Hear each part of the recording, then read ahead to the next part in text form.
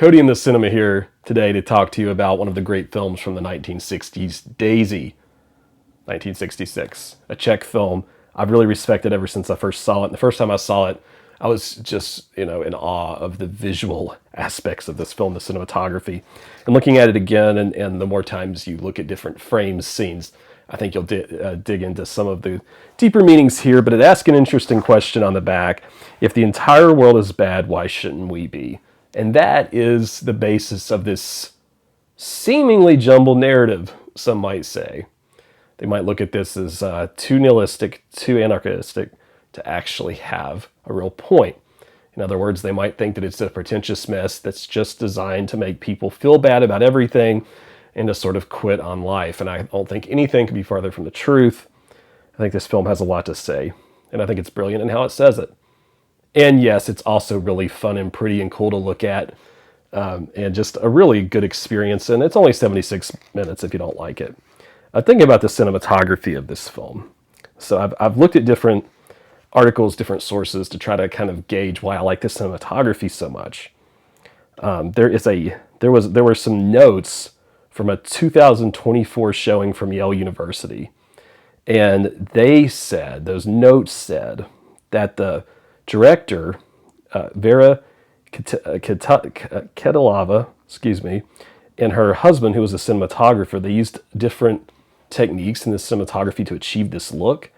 There was like an Eastman color negative, black and white, duplicate negative stock, simulating tinting through different color filters.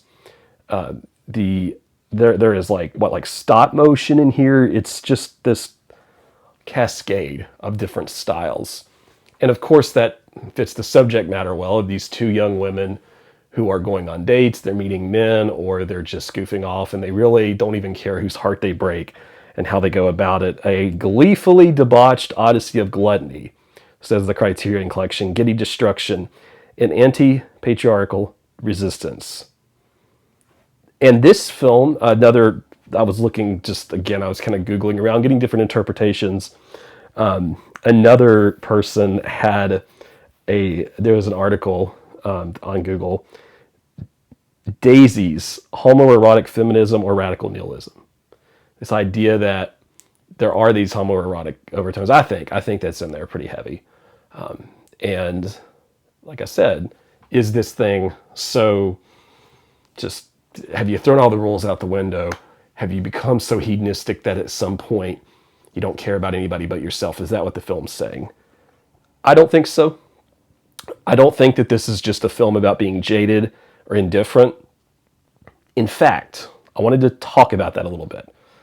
Because these two women, they might have that attitude a little bit, at least on the surface of the screen. But you know what kind of films I think don't care about anything? I think corporate sellout films don't care. If I were to watch an AI film that were created from AI, which I would not do, and I strongly advise you not do, that to me would be an amoral film, a film that has no human connection, that has nothing to say about the human condition, that has no value, quite frankly, right? Or something that's an obvious cash grab like the Emoji Movie, right? Like those kinds of things, I think, are the true jaded, pieces of cinema. Or if you have a story or a style of story in the same IP that's told in the same format over and over again with quippy jokes that are designed not to matter, and then eventually you just bring in the drama and you slap a lunchbox on it, so to speak. That kind of thing to me is jaded and immoral. I think this film has a real heart and soul to it, even though, like I said, watching the characters, you might not necessarily think so up front. The film has been described as really political, even though it doesn't come right out and say it too often. And I tend to agree with that. I am no expert in the affairs of the 1960s Czech scene, but I will say that there are parts of this essay that I find to be really useful in that conversation. So let me try to just take a little snippet out of here to give you an idea. So Daisies has most often been viewed through the lens of, and I can never say this word, please don't make fun of me,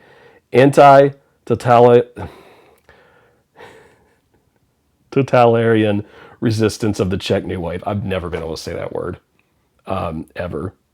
The hedonistic appetites of the Maries, by the way, they're both named Marie, and ultimately fatal pranks are the very antithesis of productivity-obsessed official communist ideology, which promised an eternal utopia to hardworking heroes who were prepared to sublimate their individualistic urges. Okay, I don't know how much you're going to agree with that statement, or if you read this, you can kind of have a lot of conversations about that, and that's part of why I think this film is so effective. But if you want to think about someone who might watch this from a purely American perspective, like me, who sees people go to work every day and have nothing to show for it. I've known people that work multiple jobs and can't afford health insurance. It's not their fault. It's a broken system, in my opinion. But I think that's to some extent watching these two women be able to play outside the rules in this film and eat whatever they want and not gain weight and so forth, and just be able to do things seemingly of little consequence to them through most of the film. I think that something about that is going to register and click, and it can be a bit satirical. Now, a lot of you are fans of Louis Buñuel, which, if you aren't, you should check out those films from that director. I waited a long time to really go down that road, and I kind of regret it because his films are great, or tend to be great. If you like something like The Discreet Charm of the Bourgeoisie, like, this isn't the same film. I'm not saying it is, and I'm not saying it harbors the same ideas, but I think if you're into surrealism or some of these ideas that Buñuel approached, I think you might like this. So some of you that like both directors might have a comment there. But you know what? Whether you're thinking about, okay, feminism, consumerism, the value of work, any of that, it's just a fun, pretty, gorgeous, well-composed film, okay? You can watch this film. This is kind of the way I feel about it. I had this illustration in my mind. You know, people go to wine bars, and they go to wine bars for different reasons. Some people go to wine bar and they just drink the wine and they enjoy the wine. And they might know that like a red pairs well with meat, right? Or something kind of like that, but they still just enjoy the wine.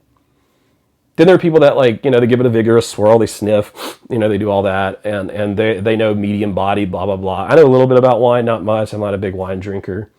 But I kind of think that you can approach the film in this way. You know, you can just drink the wine. In other words, you can look at the story at a base value and enjoy the visuals alone. And to a certain extent, that's what I did the first time watching it. I just purely drank the wine, so to speak. I just watched the film on a very surface level. But I could see that it was poking around some bigger ideas, but kind of looking at it more in depth or to do a video, I was able to kind of give it that good swirl, you know, vigorous swirl, where you really use your nose, so to speak. And I think the film has those layers and really rewards unpacking it. And for something, like I said, that might rub some people the wrong way, they might look at it and say, hey, this is just, you know, two people who don't care about anything, and it's encouraging you not to care about anything.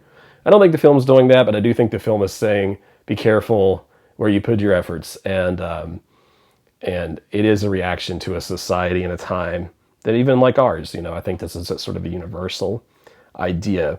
And those are some of the thoughts I have about Daisies. I would be curious if I were to revisit this, other thoughts I might have. You know, like I said, it is a film that rewards more than one watch. And so I wanted to throw that out there a little bit for you, and because I think based on some of the films that I get comments on that people say, man, I really like this film or that film, I think it's worth seeing. You know, I know a lot of you are a fan of Markéta Lázarová and reached out to me about that. This is very different from that film, but if you like Czech cinema, certainly, you know, it would be worth checking out. But if you like this conversation today and you like talking about criterions or, you know, recommendations for that kind of thing, or foreign films, do me a favor, help grow the channel with the like button. And leave your thoughts in the comments. Do you plan on watching this? Do you own this? Things like that. And subscribe to Cody in the Cinema.